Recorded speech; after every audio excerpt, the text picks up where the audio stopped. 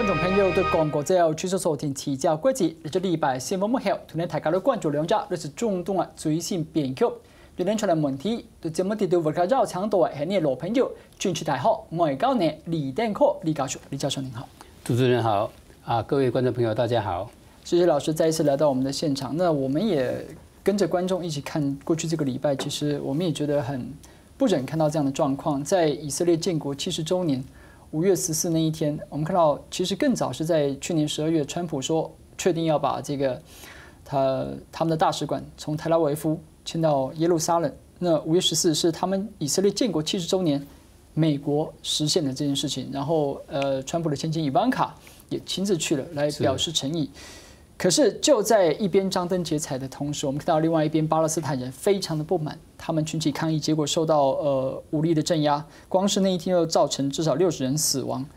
我想先請教教授，為什麼這件事情對巴勒斯坦人這麼重要？他們反應要這麼激烈，不惜犧牲生命來抵抗這件事情？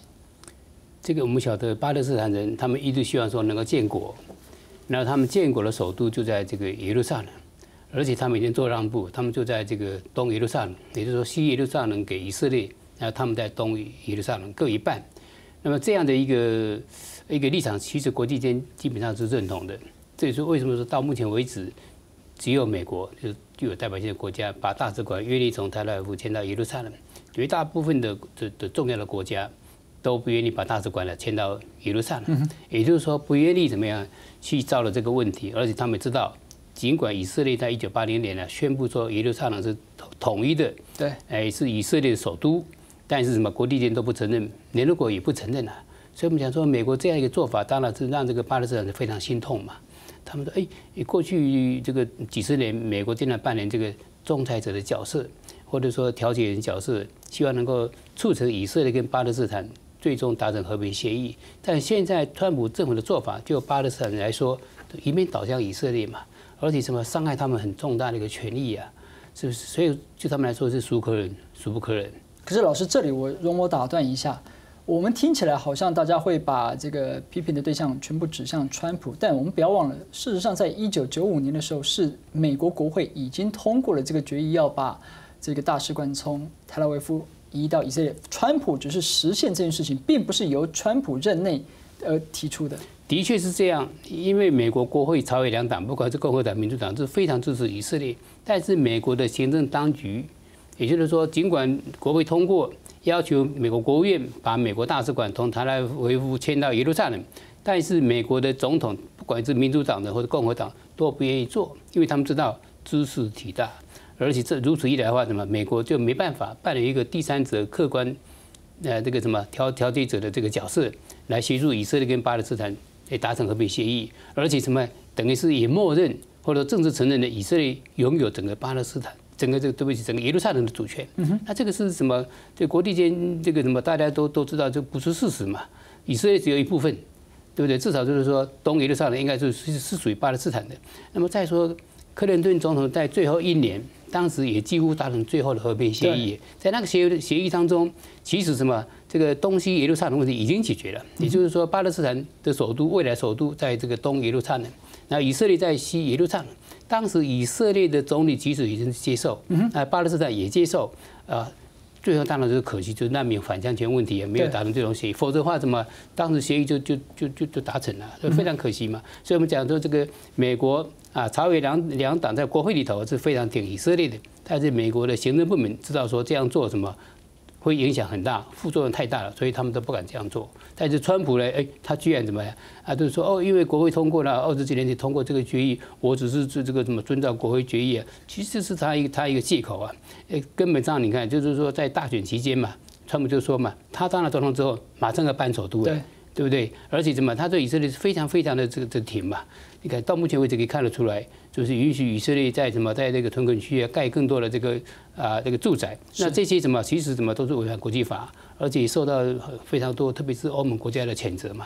但是川普就怎麼一直開綠燈啊，恣意而行。對，所以這個現在就是說，就以色列來說，川普只會開綠燈，不會開紅燈啊。所以怎麼等於是這個讓以色列的得寸進尺，那問題因此怎麼很難收拾啊。老师，那我们看到这个日子有它象征的意义。5月14号当然是以色列建国的日子，就其实隔天5月15是我看到是巴勒斯坦人他们所谓的巴勒斯坦灾难日。能不能也请老师介绍一下这个日子的典故跟历史？这个巴勒斯坦灾难日就是1948年5月15号，以色列正式宣布建国。但是以色列在这个建国之初的这个独立战争，一直到建国为止啊，那么造成数十万巴勒斯坦人呢流离失所。要有人说最保守估计至少70万人，那也有估计可能超过100万人。那100万人的巴勒斯坦人呢，就是因为以色列建国，他们才没办法这个回到他们家园，他们是被迫离开，甚至被恐吓离开的了。所以这个以色列为了要把这个巴勒斯坦赶走，他用尽各种手段恐吓的也有，暴力的也有，甚至有些把整个村庄都屠杀所以他很多巴勒斯坦根本就怕都不敢回家了。所以他们种族清洗了半世纪。对呀，所以那些其实就目前来说，他们以色列做法有点类似种族清洗，对不对？而且我们讲说，即使以色列的这个历史学者，有些我们讲说比较有这个良知的，他们也承认了，以色列过去在独立建国期间所作所为很多的确是违反国际法，也是违反人道的。另外一件事情我们刚才听到老师讲说，其实欧洲其实也出面谴责川普政府的作为。那比方说，我们今天看到，刚才我跟观众报道刚出刊的《经济学人》杂志，英国的杂志，它封面就写 Gaza there's a better way。加萨走廊其实还有更好的解决方法。我们就从加萨的边境，其实不是只有5月14这一天，在3月底的3月23号，严格来讲就已经爆发边境的冲突了。那从那个时候到现在，超过114名这个巴勒斯坦人死亡。我们想要请教，就是说，当时引爆冲突原因是什么？为什么又再次引爆冲突？然后哈马斯在这里面的角色，也麻烦老师。好，那我们知道哈马斯是实际掌有加沙走廊的。也就是因为哈马斯控制加沙走廊，当然这个还可以稍早来说，更早一点呢，哈马斯还是通过选举赢得整个巴勒斯坦自治政府的统治权。但是后来以色列跟美国不承认就是说因为这个哈马斯不承认跟这个当年这个阿拉法特跟以色列所签的各种这个协定所以他要求必须承认这类协定。第二个呢，要求哈马斯放弃他们党纲里头的一章，那一章就是说，这个以色列必须要被消除，然后这个整个巴勒斯坦的土地，包括以色列现在的土地，都是巴勒斯坦人的。是，也就是说要把以色列赶走一样的。所以这个美国跟欧盟国家都说，你当然就包括是以色列嘛，就是说哈马斯你这个党章如果不改的话，这一章不改的话，即使你赢了选举不承认你。是，但是哈马斯他不改他说你撤退，你先从这个战略区撤退，我再改。对，类似这样情况所以这尽管他们是合法取得了这个政权，但是美国、以色列跟西方国家都不承认。那不但这个样子，他们还对哈马斯进行各种封锁，边界封锁，所以封锁了几十年。那最近就是应该说是这个在2013年埃及不是末代革命吗？是。那换了个政府之后墨西那对这个哈马斯相当同情，因为墨西也是伊斯兰兄弟会的嘛，是。所以他就等于是慢慢开放这个西奈半岛跟加沙的这个边界，让他们进行往来。所以那一阵子对加沙走廊的老百姓来说，真是非常难得，因为他们可以经过西奈半岛到其他地方去那进口所需要的物质。那么这个让以色列人不高兴？因为以色列想说靠封锁加沙走廊，然后迫使哈马斯屈服，他采取这个政策，但是哈马斯就是不屈服。然后后来这个埃及又发生政变嘛，结果现在这个军人执政，这塞西执政。那塞西执政之后呢，跟以色列配合得很好也就是西奈半岛跟加沙走廊之间边界怎么样，他重新又封锁起来，不让这个加沙这个进出，而以色列那边也在封锁，所以这整个这个加沙走廊最近几年来是日子非常非常的辛苦，苦得老百姓就受不了。那么在这个情况之下呢，刚好又快的以色列快到建国70年嘛，对不对？所以这个我们讲的哈马斯就运用这样一个机会就发起一个返乡运动就那个土地其实都我们的嘛，对，我们和平的，我们走回到我们的家园，他们就越过边界，对，所以他们手无寸铁，不带任何武器他想要跨越边界回到他们的土地而且占领区就是这一点，像我们在整理今天这个主题的画面的时候，我们不断的发现，包括今天早上《经济学人》杂志的封面，我们看到的加萨走廊的这些抵抗的印象，就是年轻的孩子拿着石头或是拿着弹弓对抗以色列的坦克，对，不断在进行这种接近以卵击石、螳臂挡车，然后封面写着 "There's a better way"， 还有什么更好的方法？因为就他们来说，真的是没有其他办法。就武力对抗的话，怎么他们会死得更凄惨？因为就武器方面，你看他没有坦克车，没有重装备，更谈不上没有飞机也没有军舰，你怎么去打以色列？所以他们需要这个和平手段用这个什么非暴力手段来争取什么国际间的认同跟支持，所以他们采取这个方式，这个是件苦肉计啊。但是如果是照这个前提的话，我们比较难理解是，其实之前联合国安理会已经讲说，希望能够启动一个独立的调查，关于这一波他们越过边界，然后再一次引爆冲突的事件，造成114人死亡。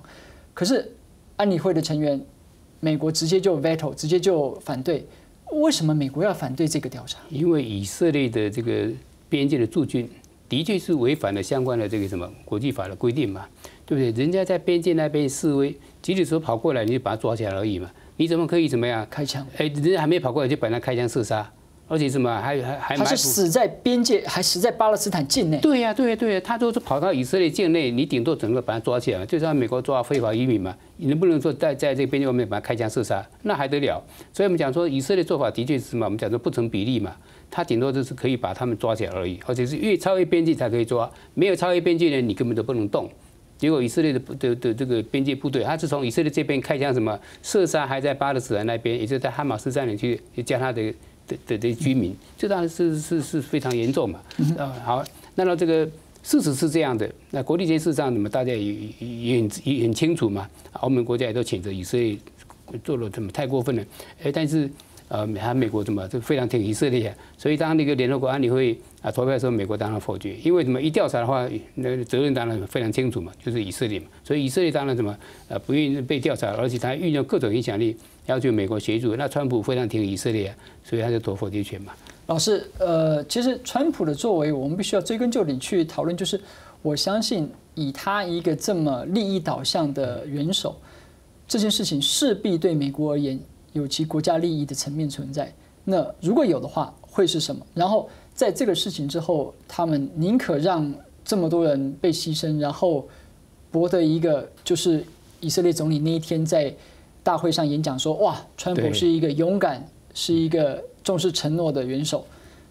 我好奇的是，在这件事情之后，美国在以巴的调停也好，在中东的角色会不会有什么转变？那当然了，因为我们过去多少年来，美国历任的政府，不管是共和党、民主党，都希望说扮演一个客观第三人角色，来协助以色列跟巴勒斯坦自治政府达成最终和平协议。那一举把这个什么中东地区最重要的这个不定时炸弹给拆掉，好吧？那当然，我们知道说，即使美国政府表面上有这样一个政策，但私底下其实多多少少还是什么偏袒以色列。那这点我们都晓得，但至少你表面上不能太离谱嘛。好，这一次就是 way too far。对呀，这个就是等于是一面倒嘛。那我们讲说奥巴马时期，就是比较客观了。所以奥巴马时期嘛，内塔尼亚胡就很火奥巴马嘛。所以你看他到美国去访问，他根本就是什么不愿意正视那个什么奥巴马，可以看得出来嘛。但是奥巴马的他的立场，他寻求这个怎么让双方可以接受的，而且是国际间也可以接受的。比如说，他说应该以1967年。那个中东战争爆发前的边界为未来以色列跟巴勒斯坦国的边界这个怎么大家认为说非常合理，所以阿拉伯国家一边倒支持，欧盟国家也支持，然后怎么巴勒斯坦也支持，就一个国家不支持是谁？就是以色列。所以美国应该是运用它跟以色列特殊关系，那么对以色列进行必要的这个什么劝说跟压力，让以色列接受这样的一个妥协，那问题才可以解决嘛。结果不是啊，好了，所以奥巴马一下来之后，怎么川普上来了？那现在川普上来，改弦易辙，把奥巴马的政策整一边倒了，怎么都给废弃掉，那么采取反过来说是一边倒向以色列。那你说美国将来怎么去推动以色列跟巴勒斯坦的自治那个什么的和平协议啊？所以巴勒斯坦自治政府主席哈巴斯他最近也说了嘛，他说。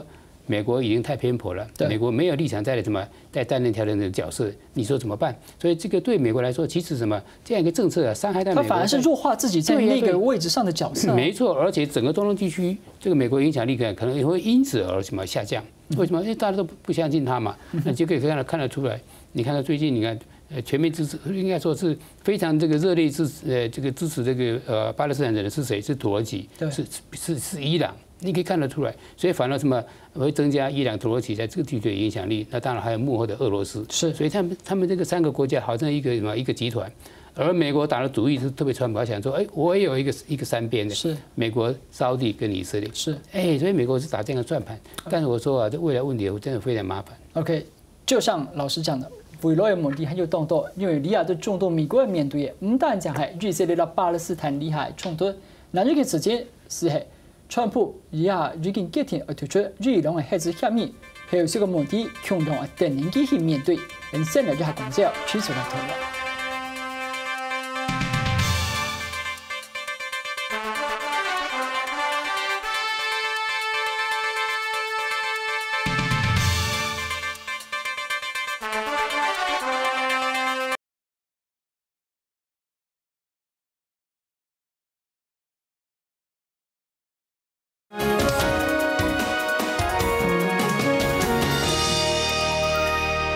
跟大家繼續把轉到討論嘅現場，有關中東嘅爭議，尤其美國政府川普引起麻煩，還單場加看到日巴天天。另外一件事情就是，川普上周宣布要退出當時花了近2年的時間才談成的伊朗核協議。那先請李教授幫我們介紹一下，當時這個伊朗核協議它有哪一些功能，它的角色是什麼？然後是不是這段時間伊朗確實遵守了協議的內容？好，那麼伊朗核協議啊，其實啊前後談了10幾年了，也經過好幾任這個美國總統，那最後終於達成是在奧巴馬總統這個時期。那麼這個協議的最重要的這個重點就是凍結伊朗發展核子武器，也就是伊朗承諾我不再發展核子武器。聽起來好熟悉啊，不正是最近川普要求金正恩做的事情嗎？蠻類似的，的確是蠻類似，只是說伊朗那時候怎麼他還沒有擁有核子武器，是，它是有制造核武的能力，沒制造，好吧？所以這個凍結伊朗研發核武的這個什麼這個水準，對，同時伊朗也承諾它的一個重水反應爐，就可以制造核武原料的重水反應爐呢，給拆掉，那麼改為輕水反應爐，就像當年這個跟北韓也差不多，對啊，然後呢，把這個超過4%的那個什麼濃度的濃縮鈾呢移到國外去，是，因為其實伊朗那個時候就是3年前了。就是2013年，其實伊朗的這個濃縮的這個程度已經超過20%。那我們知道要做核子彈，這個濃度應該達到90%以上。是。那麼你可以從0到20%，其實什麼就有能力一直往上就沒有問題。累積。對，所以這個伊朗就答應就說好，我的這個濃度的不超過4%，那超過4%的統統交到國外去。對。好，所以伊朗做這樣一個承諾，然後西方國家特別是美國就提出一個什麼這個互惠的一個條件，就是好，那我們就解除對你的經濟封鎖。對。特別是什麼呢？你石油啊就可以自由買賣了。是啊，對伊朗來說這個非常緊要嘛。好，那麼這個協議簽了之後，一直到目前為止，那麼聯合國有一個監督的一個國際組織叫做什麼呢？國際原子能總署是 IEA。IEA 什麼？就每年不只是每年，它甚至每幾個月都去伊朗調查。就他們的調查結果是伊朗100%履行協議啊。哇！伊朗並沒有破壞協議。那歐盟現在相關國家也都認定說伊朗並沒有破壞協議。所以美國不能指責說伊朗破壞協議。那伊朗沒有破壞協議，你為什麼這個什麼撕毀這個協議？所以羅哈尼是站得住腳的。對，所以我現在其實什麼，我們講說這個理直氣壯的是伊朗，美國倒不是理直氣壯，是吧？所以我們講說這個協議的本身就凍結伊朗發展核武的水準，然後目的就是什麼，讓中東地區不會有核武擴散啊，然後什麼加拿大呢什麼的問題就比較好解決，因為如果說這個核武擴散，那問題就很嚴重了。那川普宣布要退出之後，到現在1個多禮拜，我們首先看到就是國際的油價大漲。對。那伊朗算是第3大產油國。對。那問題是，除了油價這個經濟衝擊之外，就老師對於這件事情的了解，後續可能還會有哪一些後遺症發生？其實問題是，伊朗跟其他的締約國，因為過去是7+1啊，就是伊朗加上什麼聯合國安理會5個常任理事國，加上德國，再加上歐盟。締結了這個協議，所以這個是個多邊協議。對。然後按照這個我們講說國際法相關的這個規定啊，多邊協議裡頭，如果說只是某一邊或者某一個國家它退出來，對，那麼對這個協議來說，其實也不造成影響。對，只要其他國家繼續遵守這個協議，這個協議還是有效。就像說有些國家退出，我們講說這個很有名的禁止核武擴散條約嘛。對，在這個條約還是有效啊。是。不能說有人退出就無效，就像巴黎氣候公約嘛，美國不是退出了嗎？但基本上這個還是有效。好，所以這個川普退出之後，如果說其他的這個簽約國，特別當然包括伊朗，願意繼續遵守，那这个美国退出呢，好像怎么就不会影响这个条约了。如此一来的话，我们讲说影响就会最低，然后国际油价大概就不会再飙涨了。因为今天已经破1桶80。没错，国际油价所以飙涨的目的的原因，就是因为担心说美国经济制裁啊，然后怎么使得欧盟其他国家怎么受到牵连，因为他们跟美国贸易很大嘛，那美国可以运用国内法来制裁这些怎么不配合美国。这个对伊朗制裁的相关国家是，你可比如说我们过去你看我们也配合美国嘛，我们都不买伊朗的原油嘛，所以这个如果说这个美国强硬要求所有的美国贸易伙伴都必须配合美国对伊朗制裁的这个经济相关的规范的话，那伊朗油都卖不出去了。那卖不出去的话，油价当然上涨嘛。是，因为伊朗这个每天生产油超过400多万桶，那么它对这个国际油价当然怎么影响很大。所以我们说啊，这个除了油价上涨之外，什么还有可能啊进一步的发展？怎么进一步发展呢？如果说这个伊朗啊跟这个欧盟之间呢，本来是要继续遵守协议嘛，是，但后来发现怎么了？这个美国国内的这个国内法太强了，那逼得这个欧盟很多国家呢不得不配合美国，那么不买这个伊朗的原油。哇，那问题很严重，那伊朗可能就怎么可能就不愿意遵守这个协议，因为伊朗其实已经放话嘛，已经严重的警告美国，说你如果破坏协议，这个协议没办法执行的话，怎么？那我就要重新恢复发展浓缩铀，铀浓缩铀，对呀，好了，这个是一个，他跟美国伊朗关系可能就很紧张啊，因为这个川普已经警告伊朗说，你不能再弄那个什么浓缩铀的工作，会有严重后果啊。那么沙特阿拉伯外交部长也放话了。说如果纵容伊朗拥有核武器，我再怎么样，我也要有核武器啊，是不是？所以那当然怎么中东地区很可能就发生军备竞逐，对核武扩散嘛，啊，所以我们讲说这个问题其实什么是相当严重的。老师，如果我把镜头先回到伊朗的国内，其实我们知道当时可以谈成这个核协议，我相信罗哈尼扮演很重要的角色，他希望能够用经济的成长。当然是跟美国合作下的经济成长，伊朗的经济成长来换取，就是我放弃这些核武。那之前看起来好像在奥巴马任内，运作不错啊，整个愿景都照他的这个计划按部就班在进行当中。问题是，如今我们看到美国退出之后，势必会冲击到伊朗的经济，势必也冲击到当时做这个决定的鲁哈尼本身，是不是伊朗的政局本身在这件事情上也会出现一些动摇？这个可能性也很大。因为罗哈尼就正如你所说嘛，他所以能够当选总统，主要就是打着诉求，获得这个什么选民的支持。那他而且其实哈米尼是不是也算支持他？对，那最高领袖哈米尼其实也是挺罗哈尼。那为什么挺他呢？因为他知道说伊朗经济已经非常的严重，必须要做重大改革。那么这个最重要的原因就是因为经济怎么制裁嘛，那他油卖不出去嘛。伊朗的国家预算60%靠卖油啊，6%还60%，60%都是靠。对，当然比起沙特阿拉伯当然好多了，沙特阿拉伯大概都超过90%了。是。那尽管这个样子，但60%还是很高啊，对不对？那油卖不出去，他没有收入，而且很多都被制裁，很多相关零组件。啊，这个西方国家跟美国都说，这个涉及军事使用，你不得买啊。就是比如说民航机，民航机你说有什么军事用途啊？在这个制裁期间，伊朗不能买民航机耶。那不但不能买新的民航机，连旧的民航机要更换零组件，美国都不卖给他嘞，是不是？你看，所以伊朗的飞机都非常老爷，飞，难道这个失事率全世界第一？所以我们讲说，这个其实也是真的很不人道啊。对啊，你零组件卖给人，因为当年伊朗的飞机几乎一面倒都是买美国波音的飞机嘛，啊，所以我们讲说，这个伊朗就是因为这个什么过去多少年的这个制裁，让他怎么这个经济方面的受到很大打击，所以希望说透过这个核武协议，然后来改善他的经济，然后让伊朗能够跟所有国家经济这个正常化。那么这个诉求，就罗哈尼第一任总统的时候嘛，只获得老百姓的支持，特别是年轻人支持。好了，等到第二任大选期间，他还是同样的诉求。当然，这个老百姓当然有点怎么讲，就有点失望，就是说，核武协议不是签了吗？怎么还没有变好？马上变好，对。但是这个也要花点时间嘛，所以后来。这个最高领袖哈米尼还是支持嘛？对。那罗哈尼到后来呢？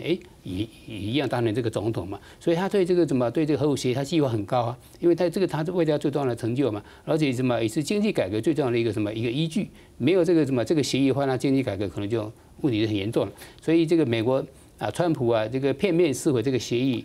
那么对罗哈尼来说，他最重要的工作就是确保这个协议能够继续进行。所以他也讲，纵使没有美国，对，就美国除外，那我们还是遵守。那这样的话，对伊朗来说冲击最小，然后对中东地区冲击也最小啊。所以我们讲说，这个最高领袖哈米到目前为止也是挺罗哈尼。是对，但是如果就像一个再有人退出的话，对，刚才我提到，如果欧盟啊，这些国家因为美国国内法嘛的这个拘束啊，不得不配合美国，那这个协议就没办法执行了。那没办法执行的话，怎么呢？当然伊朗2个选择嘛，一个就是说，那我恢复过去的这个核能研发嘛，是提炼浓缩铀的这个程度啊，可能从20到40到90，对不对？我就做了，要不然的话怎么？那罗哈尼可能就国内受不了嘛。所以他必须要强硬了。那他一强硬，美国什么？川普现在也放话，刚才讲了嘛，说你再重新提炼浓缩铀的话，我就要什么，可能会什么非常严重的这个后果了。老师，我们发现上半场我们讲以色列讲以巴，现在我们讲伊朗，原来这里面有环环相扣的关系在。因为我看到在周五上礼拜五，川普宣布退出核协议之后，动作最快的是谁？是以色列。他马上派战机空袭了叙利亚南部的大马士革的空军基地。那这个基地是谁在用的呢？伊朗在用。正巧就是伊朗在用，结果死了9个伊朗的士兵。那请问以色列在这件事里面，他又扮演什么角色？